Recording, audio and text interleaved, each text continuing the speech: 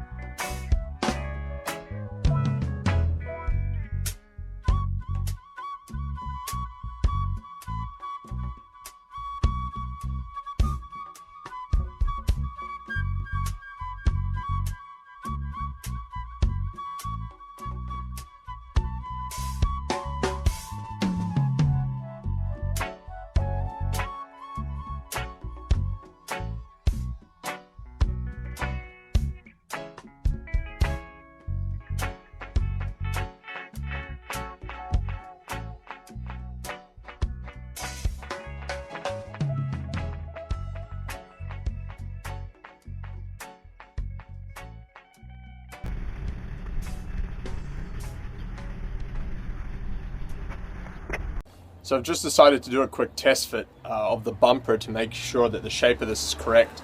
And unfortunately, I've noticed a couple of things. So with the bumper mostly bolted on this side, you can see a little bit of a gap there.